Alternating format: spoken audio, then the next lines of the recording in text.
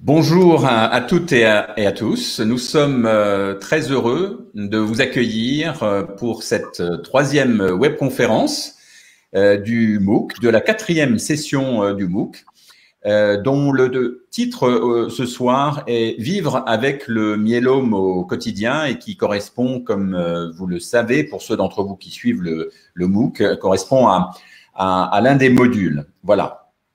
Eh bien, comme d'habitude, et c'est toujours le plaisir de voir que beaucoup d'entre vous, d'ores et déjà, nous saluent. Merci à vous d'utiliser, si vous voulez bien, sur la partie droite, l'onglet chat. Lorsque vous souhaitez communiquer, cela voudra dire tout simplement nous transmettre des commentaires et bien sûr, poser des questions tant au docteur Margaret Macro, qui est avec nous ce soir, qu'à Bernard Delcourt, qui représente la F3M. Voilà.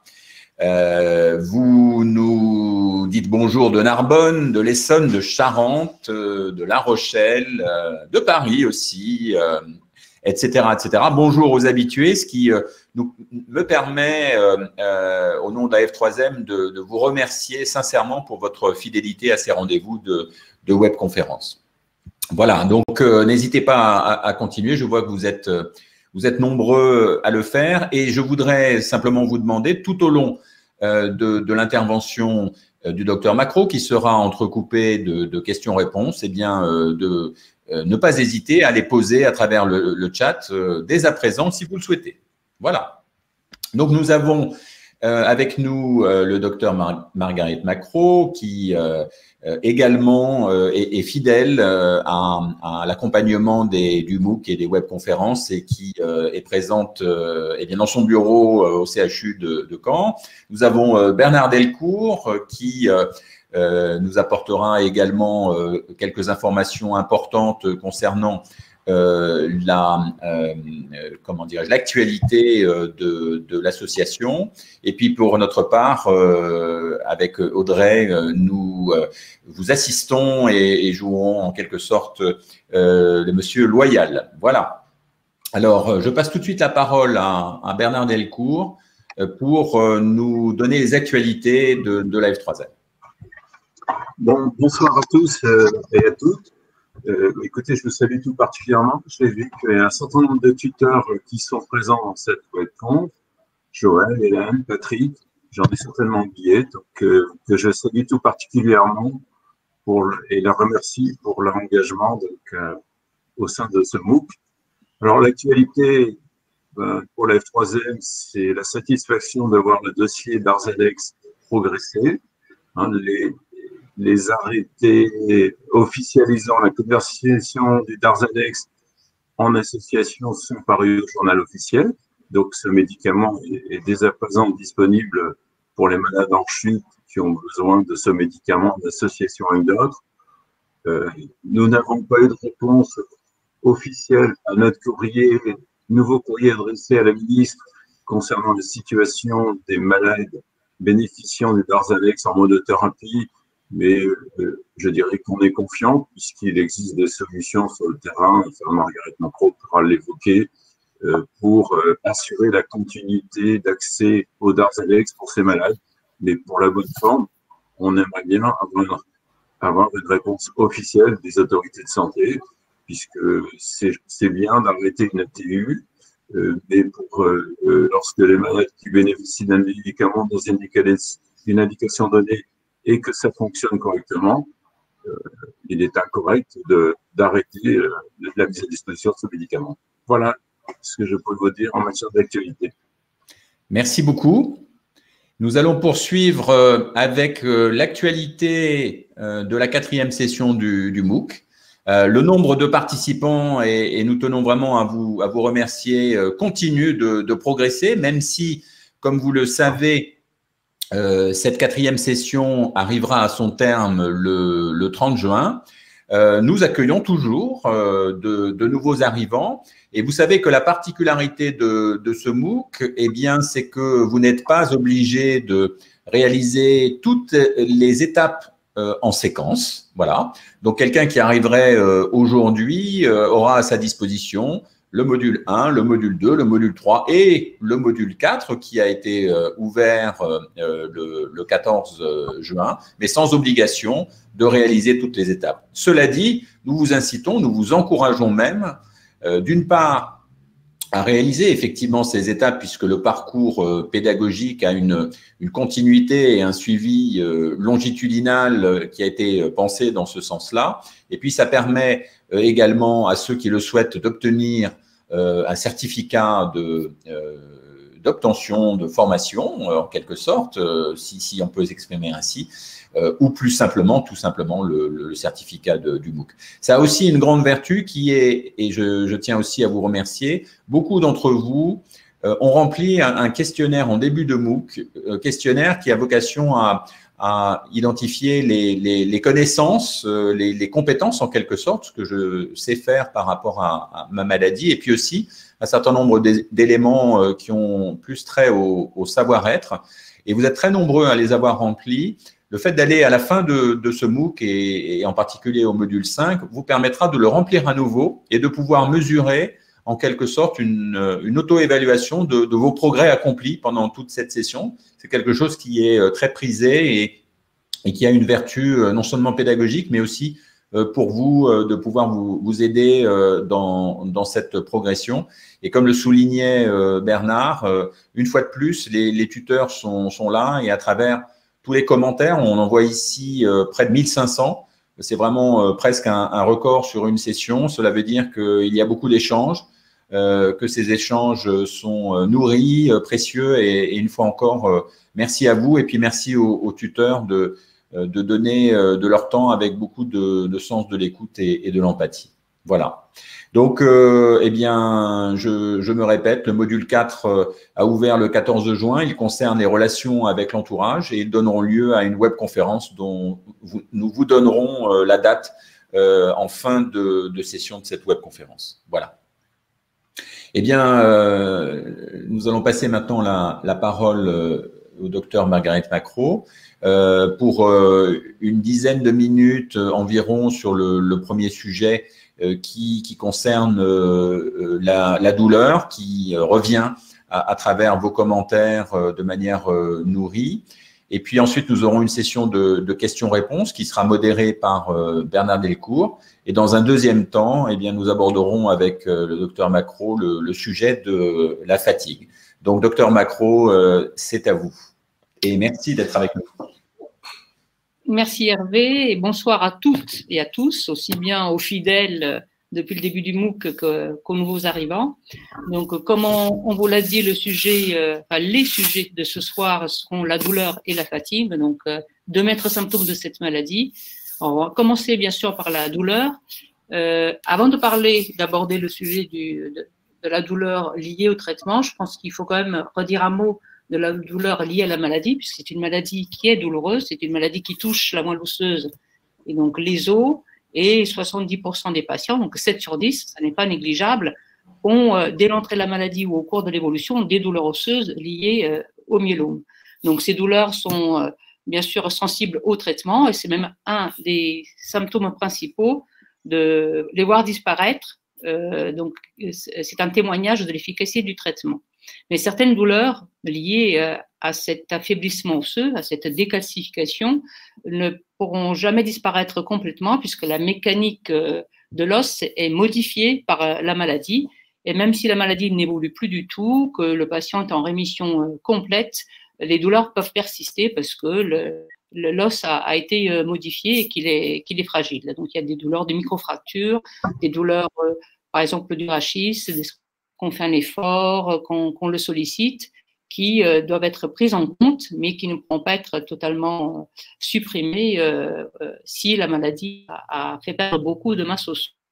Donc, un petit peu l'équivalent de l'ostéoporose chez la femme après la ménopause, sauf que là, la cause est liée à la maladie, au développement des plasmocytes, donc au cours du myélome.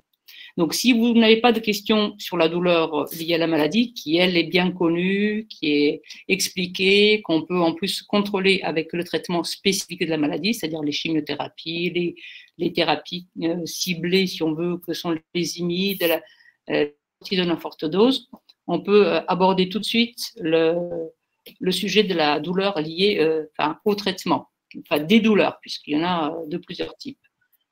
Donc, je ne vois pas je balaye rapidement le chat, je ne vois pas de questions. Le Zometa, oui, excellente question. Donc, on parle du traitement spécifique, donc bien sûr la chimiothérapie, les autogreffes chez le sujet jeune, mais il ne faut pas oublier le biphosphonate. Donc, le Zometa en particulier, parce que c'est lui qu'on utilise le plus. Il est facile à utiliser même à domicile avec une petite perfusion de 5 à 10 minutes. Particulier parce qu'il bloque ce qu'on appelle le remodelage osseux. Donc, l'os, c'est pas quelque chose de figé, c'est pas du béton, c'est quelque chose qui se renouvelle en permanence. Et donc, il y a un équilibre normalement entre ce qui se forme en matière osseuse et ce qui se détruit tous les jours. Dans le myélome, cet équilibre est remis en question, complètement bouleversé, chamboulé, puisque la maladie, tout ce qui est fabrication de l'os, ce qu'on appelle l'ostéoblastose, et au contraire accélère la destruction de l'os. Donc l'ostéoblastose, ce qui fait que en faveur de la perte de masse osseuse. Et les biphosphonates ont pour particularité de l'ostéoclaste d'empêcher que la perte s'aggrave. Mais ça vous explique aussi que ce qui est perdu ne peut pas être récupéré. Donc, ce que je vous disais tout à l'heure, que certaines douleurs vont persister parce que tout ce qu'on a perdu en masse osseuse, on ne peut pas le regagner. Donc, le Zometa est un traitement fondamental des symptômes de la maladie osseuse et en général, on l'utilise pendant le traitement de la maladie. Car il faut savoir qu'une fois que la maladie est en réponse, qu'il n'y a plus d'évolution de la maladie grâce au traitement spécifique de la maladie, les biphosphonates sont moins utiles. Alors, il peut parfois être utile de les poursuivre un peu plus longtemps chez certains patients, mais globalement, lorsque la maladie a répondu, on peut interrompre les perfusions et donc c'est au bout de 6 mois, 1 an, tout dépend du traitement et de la durée de la réponse. Voilà donc pour ce qui est du Zometa. Alors, je ne me vois pas sur l'écran, j'espère que vous me voyez ou qu'au moins vous m'entendez. Alors oui. Pardon, Bernard? Oui, on t'entend bien, mais on ne te voit plus. On ne voit plus Hervé non plus, donc je pense que c'est eux qui ont la maîtrise. Donc effectivement, en fait, quand on parle de prévention, c'est qu'on utilise le Zometa avant même qu'il y ait une apparition de lésions osseuses visibles. Alors, vous savez qu'on les voit sur les radios, mais qu'il faut perdre beaucoup de masse osseuse pour qu'elles soient visibles sur les radios, donc on dit au moins 25%. Actuellement, avec les techniques beaucoup plus modernes, comme par exemple le scanner à basse dose qui irradie peu, on voit les lésions même débutantes. Mais il faut savoir qu'avant même qu'on ait des lésions visibles, de toute façon, le remodelage à cause de la maladie a été bouleversé. Donc, à partir du moment où on commence un traitement spécifique de la maladie, quelle que soit la raison, parce qu'il y a une hypercalcémie, une anémie, mais s'il n'y a pas de douleur osseuse, l'indication des biphosphonates persiste parce qu'ils bloquent comme ça l'activation des ostéoclastes et préviennent les lésions osseuses. Donc, qu'il y ait des lésions visibles sur le scanner ou sur les radios ou qu'il n'y ait pas de lésions, la règle est, quand on instaure un traitement spécifique du myélome, d'y associer les biphosphonates et donc le Zometa pendant tout le traitement de la maladie. Donc, je pense que j'ai répondu à cette question, que ce soit du traitement curatif et préventif des biphosphonates. Donc, là, si vous le voulez bien, on peut passer, ça y est, je réapparais, au traitement, au problème plutôt des douleurs liées. Alors, il y a plusieurs types de douleurs liées au traitement. Donc, il y a par exemple chez les patients qui sont relativement jeunes, qui donc ont une autogreffe de cellules souches, un problème qui est particulier, qui est celui de l'atteinte du digestif par la chimiothérapie à forte dose, qui est l'Alkéran.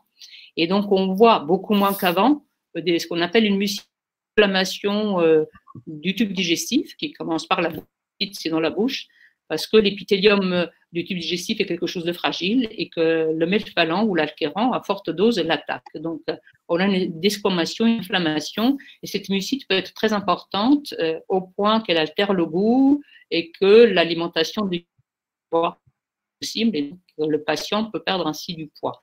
Alors maintenant, avec on fait ces autogreffes avec simplement de l'Alkéran seul, la fréquence de cette mucite a beaucoup diminué. Il fut un temps, il y a que les plus jeunes d'entre vous n'ont pas connu, où on faisait une irradiation corporelle totale, où on faisait des polychimiothérapies, et la mucite était beaucoup plus importante.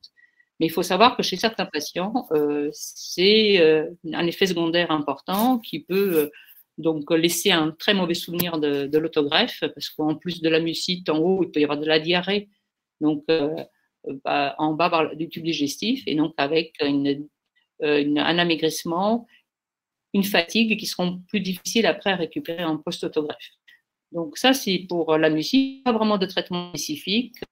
Le seul traitement, c'est une hygiène buccale et dentaire rigoureuse, et pendant toute la période de ce qu'on appelle l'aplasie, c'est-à-dire au moment où la mucite est la plus importante, faire des bains de bouche qui sont prescrits par les médecins pendant plusieurs fois par jour jusqu'à ce que l'aplasie soit finie. Et d'ailleurs, c'est un signe que l'aplasie est en train de se terminer, c'est la disparition des douleurs dans la bouche et la régression de la mucite. Donc ça, c'est une des douleurs liées au traitement, donc à la chimiothérapie, mais à forte dose. On n'a pas le même souci avec l'Alkéran quand il est utilisé à faible dose. En revanche, ce qui est beaucoup plus fréquent maintenant, qu'on voyait moins avant l'arrivée de ce qu'on appelle les nouveaux traitements, qui ne sont pas si nouveaux que ça, c'est les douleurs neuropathiques. Alors, les douleurs neuropathiques ou neurologiques en général peuvent aussi être dues à la maladie. Par exemple, si vous avez une atteinte osseuse des vertèbres et que vous comprimez une racine, vous avez l'équivalent d'une sciatique, mais qui n'est pas due à une hernie discale, mais qui est due à la compression liée à la maladie. Donc, les douleurs neurologiques ne sont pas toutes liées au traitement. Donc, il faut. Et donc, si elles sont dues à la maladie, bien sûr, le meilleur traitement, c'est de traiter la maladie. Parfois, on peut être amené à faire une radiothérapie, même à intervenir chirurgicalement, par exemple, quand le nerf est vraiment bloqué et irrité par le myélome.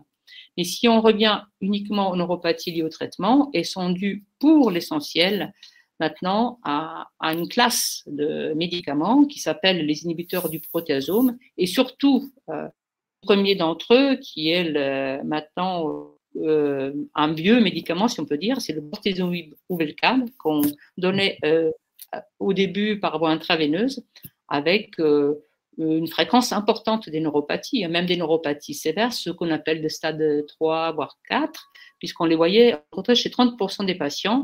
Maintenant qu'on est passé à la forme sous-cutanée depuis plusieurs années, ces neuropathies, en tout cas l'importance, celles qui sont sévères, ont beaucoup resté en fréquence, mais il reste encore des neuropathies qui apparaissent, on ne sait pas trop pourquoi, vers le 3e cycle, qui sont dépendantes. C'est des neuropathies qui se déclenchent tout d'un coup, qui sont douloureuses. Et donc, c'est même si elle a été prévenue, qui nous alerte en disant j'ai des douleurs. Ce sont des douleurs neuropathiques, donc caractéristiques très particulières. C'est des douleurs qui sont à type de brûlure, donc on peut avoir des décharges électriques, des vomiments. C'est vraiment des douleurs qui sont très très désagréables. Et ça commence toujours par les orteils et donc par ce qui est très très distal, puis ça peut toucher les doigts, les mains. Et quand c'est une forme très très importante, les patients ont du mal à marcher. Donc il y a un retentissement de ce qu'on appelle les activités de la vie quotidienne, et avec donc des symptômes douloureux qui peuvent être importants. On demande de coter sur une échelle numérique, par exemple 10, les patients peuvent être à 8, 9, avec vraiment des exacerbations importantes. Donc, on va voir ces neuropathies. Mais ce qu'il faut savoir, c'est que si le patient commence à avoir ces symptômes, il faut qu'il prévienne tout de suite qu'il est en charge, parce qu'il faut diminuer très vite les doses de bortezomib en l'occurrence. Et parfois même, on est obligé de l'arrêter quand la neuropathie évolue malgré la baisse des doses. Et il faut savoir aussi que si cette neuropathie a commencé avant la chimiothérapie dont on parlait tout à l'heure, avant la chimiothérapie dont on parlait tout à l'heure pour la greffe, l'Alkéran, en ajoutant des phénomènes inflammatoires, peut aggraver la neuropathie. Donc, on peut être amené parfois jusqu'à décaler l'autogreffe pour aux patients de récupérer un peu, de contrôler les douleurs de cette neuropathie. Donc, c'est vraiment quelque chose qu'on a appris à connaître et à gérer avec le bortezomib.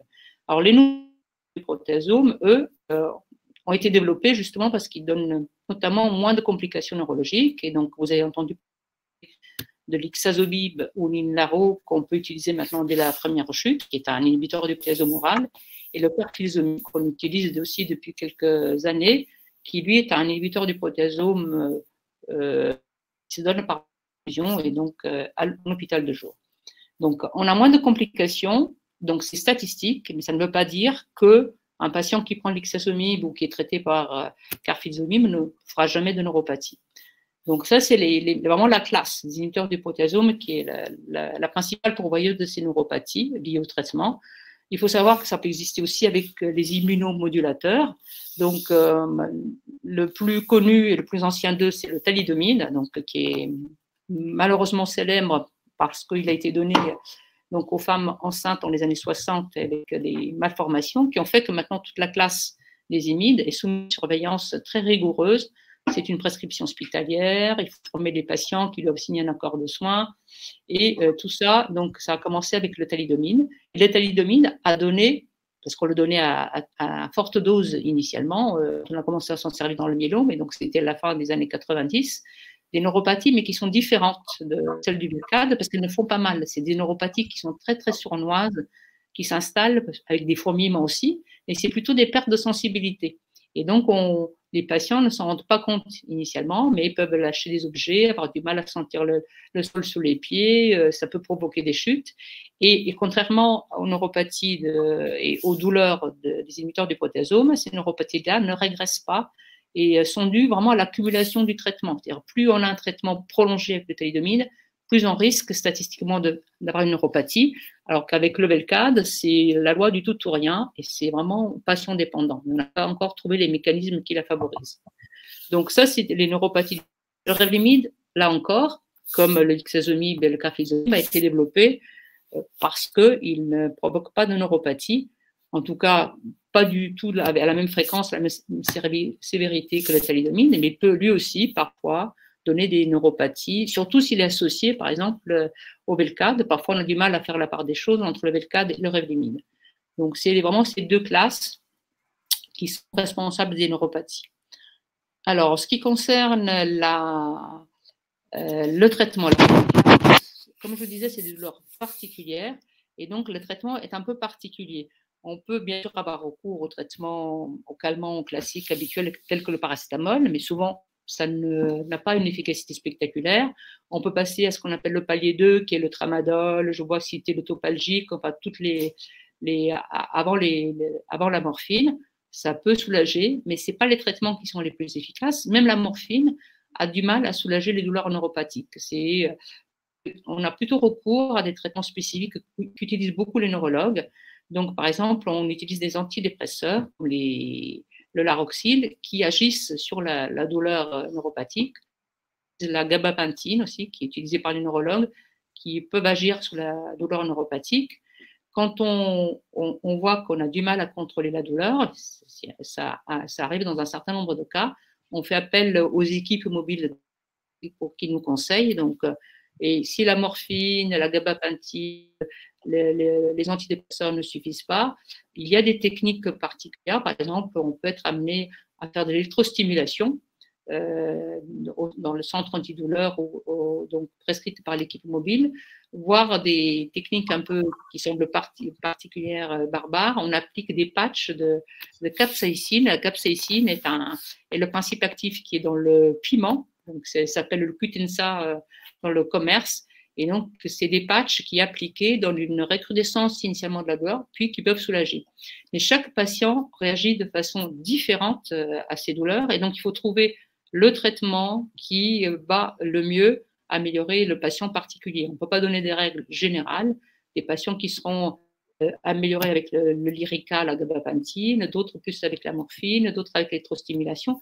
Donc, c'est vraiment une charge qui doit être globale. Et puis parfois, comme certains d'entre vous le soulignent, on a vraiment beaucoup de mal à contrôler. On y arrive, mais ce n'est pas parfait. Donc il ne faut pas se décourager parce qu'il faut parfois faire plusieurs tentatives, avoir essayé de tous les traitements avant de trouver celui qui est adapté à son propre cas. Et dans certains, un nombre j'espère, pas important de cas, on peut être mis en échec pour la prise en charge de cette douleur particulière.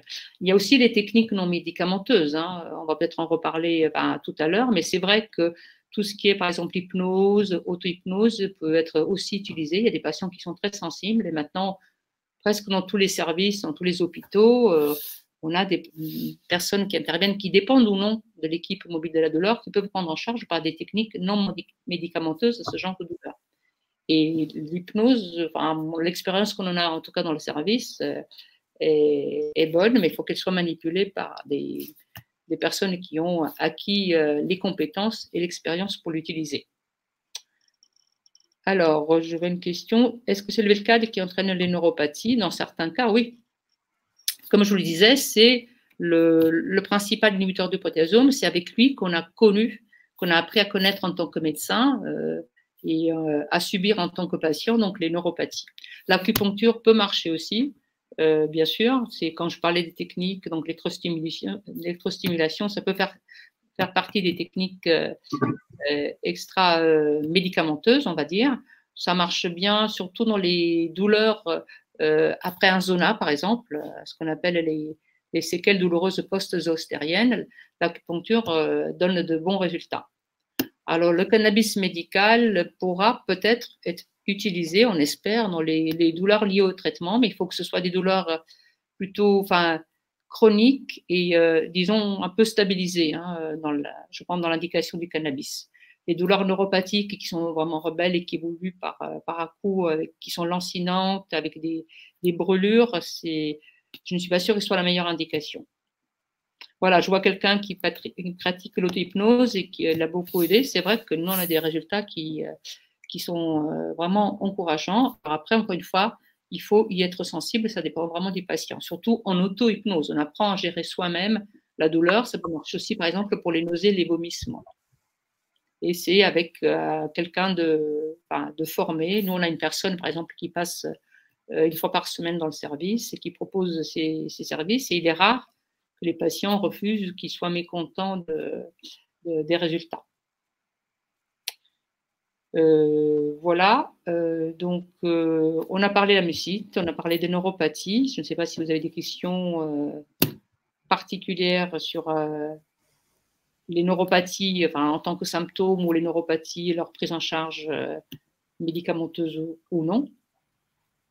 Sinon, on avait Hervé, rafraîchissez la mémoire. Quels autres types de douleurs qui intéressaient Alors, je tiens à vous remercier parce qu'à la fois, vous avez répondu aux questions qui venaient du MOOC et dont on a discuté en introduction avant cette session, et puis au fur et à mesure, ce qui nous donne à Bernard et à moi-même une soirée, somme toute, agréable et confortable, parce que vous prenez les questions au fil de l'eau, ce qui est absolument remarquable. Donc, je n'ai pas pour ma part de questions supplémentaires. Oui, moi, ce que je conclus, c'est que c'est important de rappeler que chaque malade est unique et chaque myélome est unique et que notre organisme ne réagit pas de la même façon et on ne réagit pas de la même façon aussi face à la douleur. Et il y a plusieurs types de solutions. J'ai vu aussi des questions, est-ce qu'il faut avoir accès au tramadol ou au contraire à la morphine. Et moi, j'ai envie de demander quand même, j'ai une question, c'est sur la morphine, quand même, est-ce qu'il n'y a pas un risque quand même de dépendance par rapport à de tels traitements? Parce que je connais des malades qui ont été soignés par la morphine et qui, lorsque leur situation s'est améliorée, ils ont mis très longtemps voilà. Il y a un principe de désescalade ensuite dans la prise de la morphine qui peut être très long. C'est vrai, c'est vrai. Et encore une fois, c'est bien de souligner vraiment que chaque patient est unique, parce que la même particularité peut s'appliquer à la morphine. Ce qu'on sait, nous, en tant que médecins, c'est que, on a été, en France, on disait qu'on était vraiment à la traîne, qu'on ne voulait pas utiliser la morphine. Maintenant qu'on voit tout ce qui se passe aux États-Unis, on dit finalement qu'on n'était pas si à la traîne que ça. En tout cas, si le traitement morphinique est médicalement justifié, c'est-à-dire que les douleurs sont importantes, intenses, ce qui est le cas, par exemple, dans les douleurs osseuses du myélome, et qu'on adapte vraiment, encore une fois, les doses à chaque patient et à son besoin, on risque peu la dépendance. Surtout, il faut essayer de diminuer dès que la douleur est contrôlée pour ne pas laisser des doses au-dessus de celles qui sont nécessaires, parce que là, on a plus d'effets secondaires, la constipation, l'impression d'être shooté, vraiment plus les effets secondaires que les bénéfices de la morphine. Et la dépendance vient de là aussi. C'est-à-dire que si on est en surdosage et qu'on ne désescalade pas dès que la douleur est contrôlée, il faut vraiment réévaluer le patient très, très, très régulièrement, parce qu'encore une fois, chacun est unique, chacun réagit à sa façon. La douleur, c'est vraiment quelque chose de personnel. Hein. C'est pour ça que les patients ont du mal quand on leur dit évaluer, c'est une auto-évaluation entre 0 et 10. Mais ils disent, mais je ne sais pas, ils ont peur de faire mal. Non, c'est quelque chose de ressenti personnellement. Chaque patient estime ce qu'il pense être le maximum de la douleur, le minimum de la douleur. Et c'est avec cette estimation que les médecins se basent pour moduler la dose et dès que c'est possible, diminuer la dose de morphine, tout en sachant que parfois il peut y avoir une dépendance qui peut être physique, mais c'est quand même relativement rare dans le myélome. Encore une fois, parce que ce sont des douleurs importantes qui bénéficient du traitement de la morphine. Quand on prend la morphine pour une rage de dents, pour un lumbago, il est beaucoup plus difficile de s'en passer. Et puis, il y a la dépendance psychique. Alors ça, c'est autre chose. Il y a des patients qui n'ont plus mal, mais qui ont des petites doses, mais qui ne se sentent pas, n'ont pas le courage de l'arrêter. Mais je pense que les choses vont un peu se modifier parce que moi, j'ai des patients en consultation depuis qu'on a parlé à la télévision des cas de surdosage, de overdose aux États-Unis, commencent à se poser la question eux-mêmes de l'éventualité de l'arrêt de la morphine, sinon plus mal. Alors que jusqu'à il y a quelque temps, c'était une fois qu'on avait mis en place un traitement morphinique, on n'avait pas envie d'y toucher parce que c'était l'appréhension d'avoir un nouveau mal, de revivre ce qui avait été vécu au début, qui freinait la baisse des doses. Donc je pense que, encore une fois, c'est vraiment une relation médecin-malade. Il faut avoir confiance. Il faut que le patient ait confiance dans son médecin et que le médecin ait aussi confiance dans le patient, dans son estimation de la douleur. Et à ce moment-là, il adaptera de façon plus exacte, plus objective les traitements pour la douleur. Je ne sais pas si j'ai répondu à votre question, Bernard. Merci, c'est très clair, Marguerite. En plus, ça montre que c'est un sujet sur lequel on progresse. Il y a un retour d'expérience, y compris international. On n'est pas figé. Voilà. Non, de toute façon, l'évolution. En médecine, rien n'est figé. Rien n'est figé, voilà. Heureusement. Parfait. Je vous propose alors de passer au sujet qui concerne la fatigue. Et quelqu'un nous dit dans un commentaire non seulement la fatigue, mais l'essoufflement. Donc, voici les premières questions qui arrivent sur ce sujet. Il y a eu beaucoup de questions, beaucoup de réactions là, dès le début de la webconf sur de la fatigue qui s'installe chez certains patients, des témoignages en disant mais voilà, est-ce que ce phénomène de fatigue qu'on ressent très fortement, qui semble s'installer durablement, c'est évitable, on peut y trouver des solutions. Je vais peut-être répondre à une dernière question sur le paracétamol. Sur une longue durée, peut-être toxique pour le rein, non. C'est les anti-inflammatoires non stéroïdiens, donc le prophénil, l'ibuprofène, le kétoprophène. Le paracétamol n'est pas toxique pour le rein. Encore une fois, il faut qu'il soit utilisé à bonne dose. Pour le foie, c'est la même chose. Il peut être toxique, mais c'est en surdosage. Si vous prenez 3 grammes de paracétamol par jour, il n'y a il n'y a pas de risque. Ce n'est pas l'aspirine, ce n'est pas les anti-inflammatoires. Donc, il faut vraiment séparer les deux. Le paracétamol, c'est un antalgique et c'est des anti-inflammatoires non stéroïdiens, donc contrairement à la cortisone qui est stéroïdien, qui peuvent être dangereux et pour le rein et pour le foie. Donc, en ce qui concerne la fatigue, je vais peut-être adopter la même attitude que pour la douleur, c'est-à-dire que avant de parler de la fatigue liée au traitement, il faut quand même se souvenir, en préambule, que le myélome, comme il donne des douleurs, est responsable de fatigue. Par l'explication la plus simple étant, par exemple, par le biais de l'anémie. Le myélome, comme on le disait et comme vous avez appris dans les modules précédents, est une maladie de la moelle osseuse et c'est la moelle qui fabrique les globules rouges. Donc, les globules rouges sont les transporteurs de l'oxygène. l'oxygène, c'est le carburant des muscles. Donc, vous comprenez facilement que si les globules rouges baissent, donc en cas d'anémie, ce qui est le cas donc, quand même très fréquent, surtout au diagnostic du myélome, le transporteur ayant diminué, les muscles n'ont pas de carburant. Quand vous marchez, bah, vous avez du mal, vous êtes fatigué, vous êtes essoufflé parce que votre cœur essaye d'accélérer le débit, hein, vous êtes beaucoup plus rapide pour apporter plus d'oxygène aux muscles, mais comme le transporteur, lui, est déficitaire, l'oxygène délivré aux muscles n'est pas suffisant à l'effort. Donc ça, c'est vraiment le mécanisme très très simple et facile à comprendre de la fatigue au début de la maladie, donc quand il y a une anémie. Alors l'anémie, on peut la traiter par transfusion, on peut la traiter en donnant de l'EPO, en sachant qu'il faut faire attention au cours du myélome, parce que dès qu'on met en route un traitement, le traitement, s'il est efficace, va justement réparer le chiffre de l'hémoglobine qui peut remonter même assez rapidement.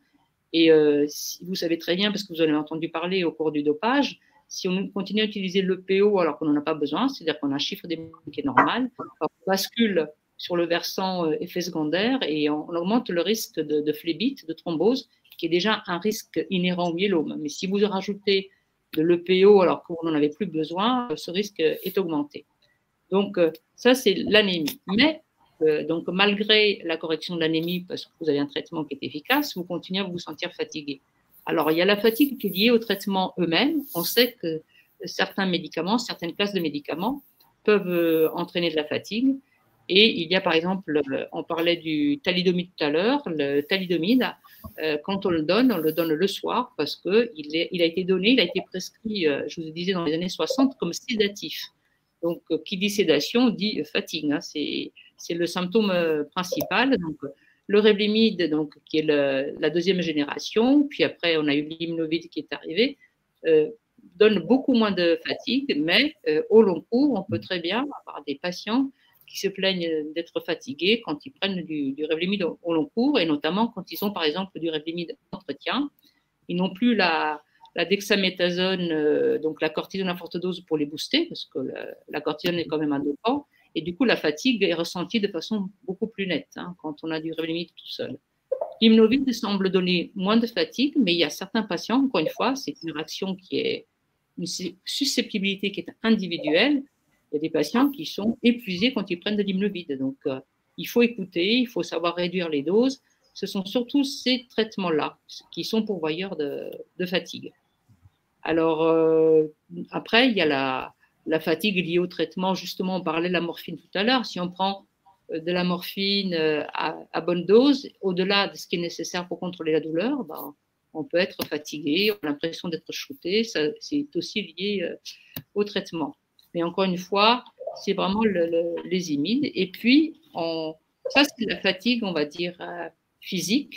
Comment est-ce qu'on fait la différence entre une fatigue physique et une fatigue qui n'est pas physique? La fatigue physique, elle augmente avec l'effort. Ce que je vous disais tout à l'heure, plus on essaie d'utiliser les muscles, moins on a de carburant, plus on ressent la fatigue. Et donc, vous vous levez le matin, vous avez passé une bonne nuit parce qu'on a plus mal et vous êtes en forme. Seulement, en fin de journée, ben, et même avant la fin de la journée, dès le début de l'après-midi, parfois même en fin de matinée, vous commencez à ressentir la fatigue. Ça, c'est la fatigue physique. Vous essayez d'avoir des activités que vous aviez avant sans difficulté, jardiner, aller faire les courses, vous êtes fatigué, ça, c'est la fatigue physique. A contrario, il y a une fatigue qu'on appelle le psychique. Là, c'est la fatigue. Vous vous levez le matin, vous n'avez même pas envie de vous lever, vous êtes déjà fatigué avant même de vous lever. Et cette fatigue-là, au contraire, elle s'estompe si vous avez des activités, si vous avez le courage de vous forcer un petit peu à aller faire 10 minutes de marche, à aller faire votre course, vous verrez que vous êtes moins fatigué. Mais parfois, ces deux fatigues sont intriquées. C'est-à-dire que vous avez la fatigue physique liée à l'anémie, liée au traitement, et il s'y ajoute une fatigue aussi psychique parce que vous avez du mal à réagir à la maladie, vous avez du mal à tout gérer, et c'est ces cas-là qu'il ne faut pas hésiter à faire appel à de l'aide extérieure.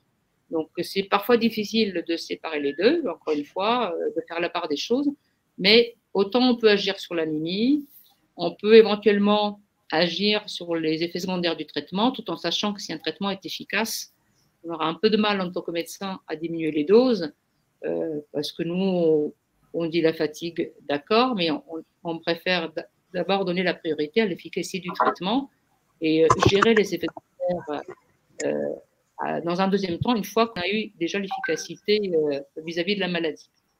Donc, vous avez cette fatigue à gérer et il y a maintenant beaucoup d'arguments pour dire que cette fatigue-là, il faut la gérer. C'est un peu comme les lombalgies.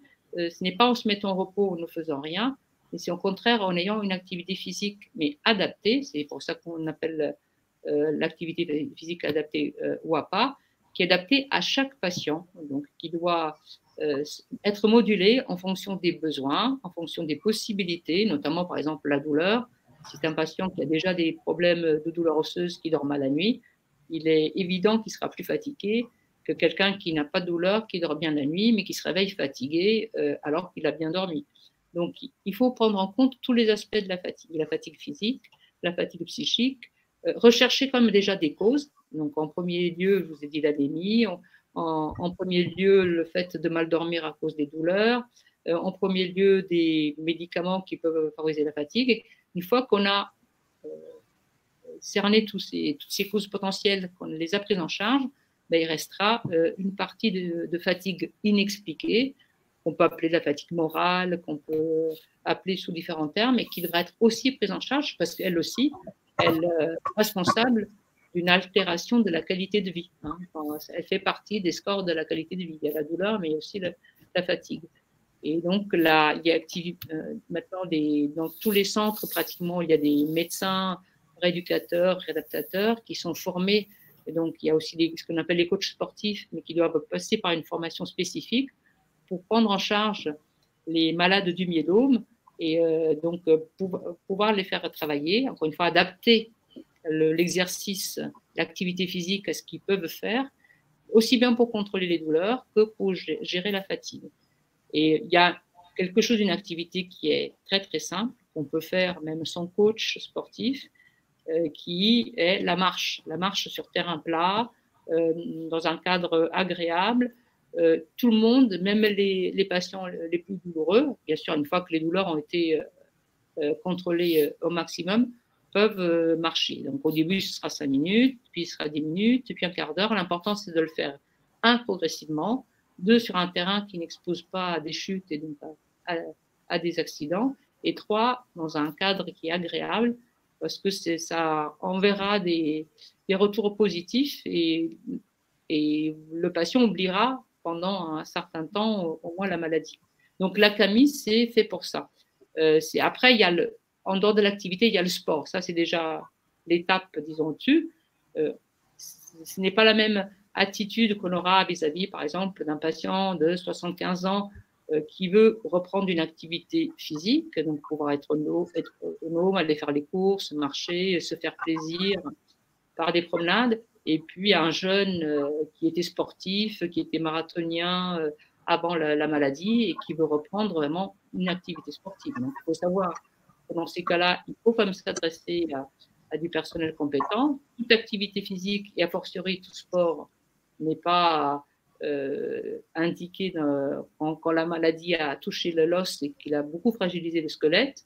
En tout cas, par exemple, tout ce qui est sport de combat où il y a un risque de traumatisme important, l'équitation, ça c'est difficile de dire oui, mais on sait par exemple qu'il y a des programmes, notamment à Strasbourg, chez ma collègue Cécile Santag, d'activité. Elle a réussi à faire refaire de la boxe aux patients qu'elle suit, bien sûr, avec sous la surveillance d'un médecin rééducateur qui connaît maintenant la maladie et qui surveille donc les patients. Donc, c'est vraiment ce qui est primordial, c'est l'encadrement. Il ne faut pas faire de tout et surtout n'importe quoi, n'importe où. Donc, il faut commencer par de l'activité physique et le sport, ce sera dans un deuxième temps. Et en principe, actuellement, dans tous les CHU, il y a un service de rééducation fonctionnelle qui peut offrir ce genre d'activité. Après, il y a effectivement des coachs sportifs en ville, avec la CAMI, Elle a en plus le listing de toutes les personnes qui peuvent intervenir dans la région. Donc, la F3M a aussi des informations. Donc, si vous voulez reprendre une activité physique puis une activité sportive, il faut vous renseigner auparavant pour ne pas prendre des risques inutiles, surtout pour le squelette. Alors, le vélo d'appartement, c'est très, très bien. Je vois toutes les suggestions. Voilà.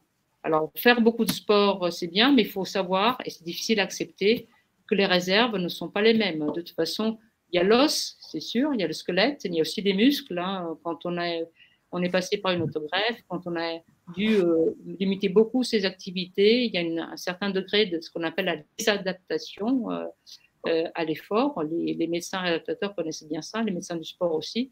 Donc, il faut y aller vraiment très progressivement. Et puis, à un moment, il faudra Voilà, Hervé vous a donné le lien. Il faudra vraiment se faire une raison et laisser tomber certaines activités sportives qu'on avait avant, parce qu'on peut se mettre en danger.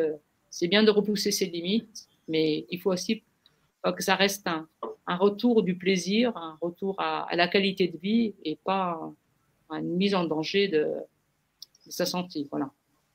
Sans faire de morale. Donc, le vélo électrique, c'est super. Ça, je pense que Bernard en sait quelque chose aussi. Oui, je confirme.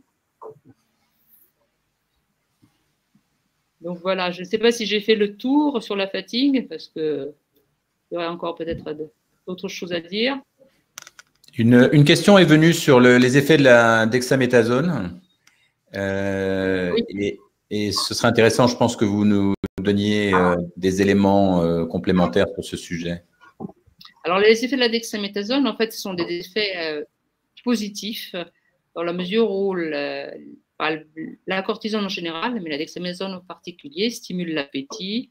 C'est pour ça qu'il faut faire attention à ne pas trop manger pour ne pas prendre trop de poids. Donc, c'est vraiment un booster. On se sent, les jours où on la prend speed, parfois c'est même difficile de dormir tellement on se sent en pleine forme. Alors, le contre-coup de ça, c'est qu'il y a des patients, comme on la donne souvent, par exemple, une fois par semaine, donc le jour et le lendemain, qui sont en pleine forme, et puis après, font ce qu'on appelle un syndrome de sevrage, c'est-à-dire que le 4e jour, c'est la redescente. Et là, du coup, c'est le coup de pompe, ils sont extrêmement fatigués, épuisés. Et dans ces cas-là, la meilleure chose, c'est de répartir les prises et de diminuer un petit peu les doses. Parfois, on est même obligé de faire une baisse progressive et de passer la dexaméthasone, par exemple, à la prednisone, quand on n'est pas en rupture de stock, pour gérer. C'est rare, mais ça arrive chez certains patients. Voilà, ils sont speed et très énergiques, mais après, dans l'intervalle entre deux prises, il y a c'est ce qu'on appelle un syndrome de sevrage. Très bien. Parfois, c'est de l'énergie positive, et puis quand il y en a un peu trop d'énergie, elle n'est plus positive. C'est comme tout, hein, c'est une question de degré. On devient speed, et puis ça finit par des troubles du sommeil, un caractère un peu irritable, l'entourage qui a du mal à accepter, qui s'en plaint. Hein, elle agit contre les lymphocytes, non. Elle agit surtout contre les cellules de la maladie, contre les plasmocytes. C'est pour ça qu'on a du mal à s'en passer d'ailleurs, parce qu'elle fait vraiment partie intégrante du traitement avec la chimiothérapie. Elle potentialise tous les traitements, que ce soit les inhibiteurs du potassium, que ce soit les limides, surtout au début, quand on commence à traiter la maladie, on ne peut pas s'en passer. Parfois, on l'utilise même toute seule dans les situations d'urgence, par exemple, avant de commencer la chimiothérapie, si on a des douleurs importantes, s'il y a une insuffisance rénale, une hypercalcémie, on fait ce qu'on appelle un bloc, c'est-à-dire qu'on donne de la dexaméthasone à forte dose pendant 4 jours. C'est vraiment un traitement qui est fondamental dans le myélome, même si maintenant, on essaye d'abord, on a beaucoup diminué les doses par rapport à il y a quelques années. Jamais fait, nous, en plus, en France, des doses aussi fortes que, par exemple, aux États-Unis. Mais même maintenant, on continue à diminuer les doses, ce qu'on appelle les faibles doses. Et chez certains patients fragiles, par exemple les patients très âgés, on démarre même des protocoles où on voudrait démontrer que finalement, on peut se passer de la dexaméthasone chez les patients fragiles, parce qu'elle a plus d'inconvénients que d'avantages. Et pour l'instant, ce sont des hypothèses de travail. Le démontrer D'autres questions, Hervé? Alors, on a des questions qui sont liées aux techniques de relaxation. Donc, j'ai vu une question sur le Qigong et de manière plus générale, que dire de ces techniques de relaxation de par votre expérience et de celle des patients que vous suivez? Bah, comme je disais tout à l'heure, en fait, il y a les traitements médicamenteux, mais pour la fatigue, il n'y en a pas. Malheureusement, les vitamines et autres compléments alimentaires n'ont jamais fait preuve de leur efficacité.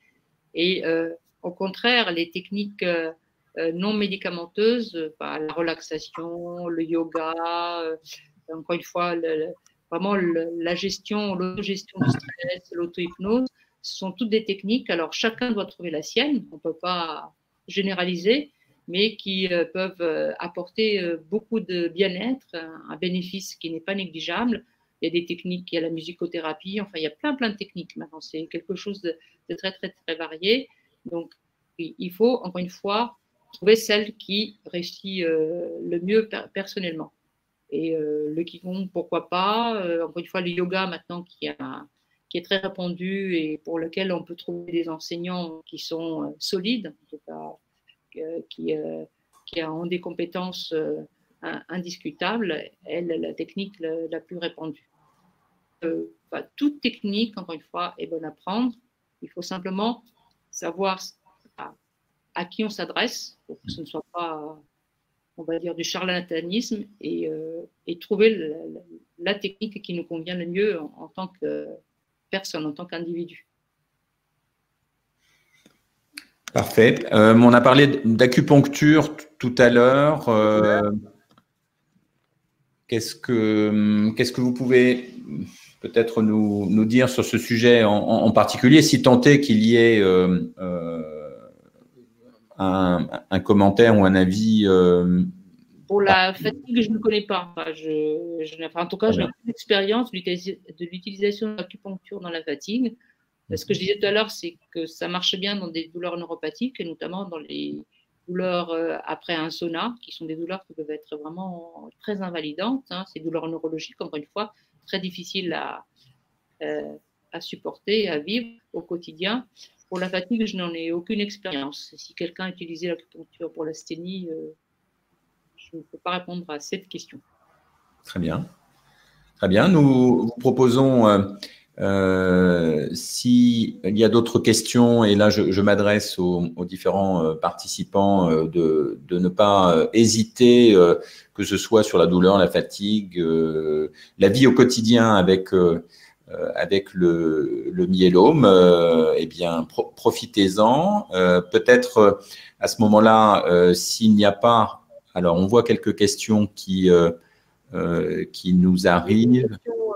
Oui, une question qui dit « Faut-il se pousser, au contraire, goûter la fatigue et se reposer ?» Difficile. En tout cas, la fatigue vous empêche de tout faire. Il faut se tester. Si on dit fatigué, il faut essayer de se pousser. Si c'est de la fatigue qui est psychique, qui n'est pas liée à l'anémie, qui n'est pas liée, comme je disais tout à l'heure, à tout le traitement, pouvoir faire des choses. Vous allez trouver vous-même vos limites. Si en revanche c'est de la fatigue, par exemple parce que vous avez une anémie, que vous avez 8 grammes d'hémoglobine, vous allez être essoufflé, vous allez avoir d'autres symptômes, et le fait de forcer ne va rien apporter. En tout cas, une fois que ces symptômes-là sont contrôlés, la première chose à faire, c'est de ne pas se laisser aller, de se coucher, rester immobile toute la journée en disant « je suis épuisé, je ne peux rien faire ». Il faut toujours essayer, encore une fois, avec des activités qui ne sont pas, qui ne sollicitent pas trop les muscles, le squelette, mais faire de la marche 10 minutes, un quart d'heure, tout le monde peut le faire à son rythme. On n'est pas obligé de courir, de faire de la marche rapide, mais aller se promener par un jour de beau temps, regarder les nuages, ça n'a jamais fait de mal à personne. Et après, si vous êtes épuisé, vous vous reposez. Il faut vraiment c'est écouter son corps parce qu'il envoie des messages et on arrive à trouver comme ça un équilibre entre se donner un coup de pied aux fesses, comme on dit, tous les jours, et puis se laisser aller en disant à tout le monde, parce qu'il peut y avoir des réactions de dépression, il faut aussi en tenir compte, Et la dépression, le premier symptôme, c'est aussi la fatigue. Donc, si on a tendance à se renfermer, à ne plus pouvoir parler à personne, y compris les proches, il faut se poser la question d'une fatigue morale, mais qui doit être prise en charge elle aussi, hein, comme la fatigue liée à l'anémie. Donc, si c'est chronique, si vous n'y arrivez pas, si vous essayez d'y mettre de la bonne volonté, mais que vraiment vous n'avez aucune envie de rien, vraiment de rien, posez-vous la question d'une dépression parfois masquée, hein, pas forcément évidente. Alors, nous avons deux questions spécifiques. L'une qui nous vient de Nancy et qui pose la question je prends du Néofordex 20 mg une fois par semaine. Est-ce une dose peu élevée qui évite moins d'effets secondaires cités plus haut? Non, 20 mg par semaine, c'est une dose tout à fait classique. En général, on commence par 40, au-dessus de 70, 75 ans. Déjà, avec l'âge, on diminue systématiquement, donc on est à 20. Et on peut réduire à 20 si on a vu, par exemple, qu'il y avait des effets secondaires, parce que la cortisone, malheureusement, a des effets secondaires. 40 mg de dexaméthasone pendant longtemps, ça peut donner de l'hypertension, ça peut donner du diabète. La cataracte, c'est presque systématique. Alors, heureusement, on opère, voilà, et on résout le problème, mais le diabète, ça peut être quand même ennuyeux, l'hypertension aussi. Donc, on essaie toujours de trouver la dose minimale efficace. Donc, au début, on peut donner des doses plus importantes. Et une fois que la maladie est contrôlée, ben, on diminue dès qu'on peut pour éviter ces effets secondaires. Très bien. Une autre question à propos de traitement en immunothérapie et des sujets qui ont été abordés notamment par le docteur Talbot lors d'une précédente conférence et qui porte sur les CAR-T-cells. Pour les malades ayant été traités par CAR-T-cells, ont-ils encore des douleurs? Ah oui, de toute façon, comme je disais tout à l'heure, même si les CAR-T-cells ont donné un bon résultat, avec une réponse de la maladie, une disparition de ce qu'on appelle le pic, les douleurs osseuses, elles peuvent persister. Ça ne veut pas dire que le traitement n'est pas efficace, mais comme je disais tout à l'heure, si vous avez perdu beaucoup de masse osseuse, il restera des douleurs. Et puis, s'il y a des douleurs qui sont liées à la neuropathie du traitement d'avant le CAR-T-cell, ce n'est pas les CAR-T-cell qui font disparaître ces douleurs-là. Donc, le CAR-T-cell, ce n'est pas un traitement miracle, comme l'allogreffe n'est pas un traitement miracle forcément dans les leucémies aiguës. Donc, mais l'immunothérapie est vraiment, actuellement, le traitement qui est porteur d'espoir. Mais il n'y a pas que les CAR-T-cells, il y a aussi les anticorps, il y a les anticorps comme le Darzalex, dont a parlé Bernard en début de ce module. Il y a les anticorps bispécifiques qui sont en cours d'étude. Enfin, il y a plein de choses dans l'immunothérapie. Parfait. Alors voilà qui clôture la session de questions-réponses. Nous allons bientôt terminer cette webconférence. Alors, quelques éléments à mentionner avant de nous quitter. Nous allons vous donner la date de la prochaine webconférence, donc qui va avoir lieu le jeudi 4 juillet. Vous pouvez d'ores et déjà vous y inscrire dans le MOOC en allant sur la rubrique Mai webconférence. Nous vous inviterons également par mail à vous y inscrire très prochainement. Voilà. Et puis, n'hésitez pas à continuer à dialoguer entre vous. Comme on le voit ce soir à travers le chat, les échanges sont à la fois nourris et puis aussi plein de bienveillance et ça fait beaucoup de bien tel qu'on peut le voir dans la webconférence, mais aussi à travers le MOOC. Les tuteurs sont là, ils sont là aussi. Vous pouvez leur poser des questions de manière publique, mais aussi n'hésitez pas à leur poser des questions de manière privée, c'est tout à fait possible. Donc, allez bien sûr poursuivre votre parcours pédagogique sur le MOOC en suivant les différentes étapes. N'oubliez pas de les valider au fur et à mesure.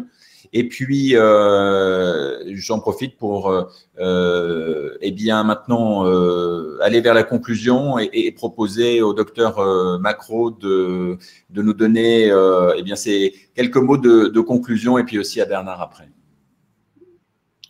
Les mots de conclusion, c'est que je vois que vous êtes toujours très, très actifs et que c'est vraiment très, très interactif. Le chat, j'ai vu passer tous vos échanges, même entre vous. Donc, je ne peux que vous encourager à continuer. La F3M est comme vous avez pu vous rendre compte, une association vraiment très, très, très dynamique, très active, avec une nouvelle présidente qui vient de Caen. Et je pense qu'elle peut vraiment beaucoup vous apporter dans le vécu de la maladie. C'est quelque chose qui peut vous apporter non seulement de la connaissance, mais surtout rompre votre isolement. Vous apercevez comme ça qu'il y a d'autres malades qui posent les mêmes questions que vous. Vous pouvez avoir des soutiens avec les modérateurs. Donc, je ne vois que du positif dans l'adhésion à cette association. Et puis, vous avez vu le dynamisme de ces MOOC qui rencontrent toujours un vif succès et qui ont même eu un prix de publication grâce, encore une fois, au dynamisme de Bernard. Donc, voilà, je vais finir sur cette note. Le MOOC ne va pas vous guérir du myélome, mais peut vous aider à le vivre moins mal. Merci de cette conclusion. Bienvenue à Ethel.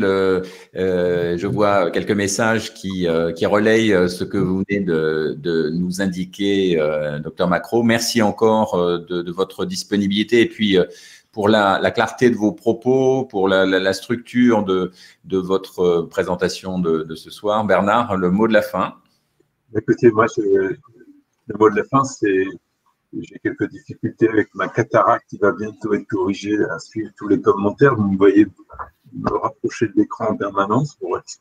Mais bon, voilà, je voudrais simplement vraiment très sincèrement remercier Margaret Macro parce qu'elle illustre combien aujourd'hui les hématologues ont le souci de nous proposer une prise en charge globale. Ils ne s'intéressent pas uniquement à nos plasmocytes qui sont présents dans notre moelle osseuse et dans le but de les mettre sous contrôle. Mais voilà, on l'a vu tout au travers de cette heure qu'on a passé ensemble, que voilà, ils avaient, Margaret Macron, mais je sais que tous ses collègues sont aussi dans le même état d'esprit, ont le souci de nous apporter des conseils afin que nous puissions vivre le mieux possible notre myélome au quotidien, et en particulier pour nombre d'entre nous, faire face aux douleurs et à la fatigue, qui sont deux composantes très présentes chez de nombreuses maladies de myélome.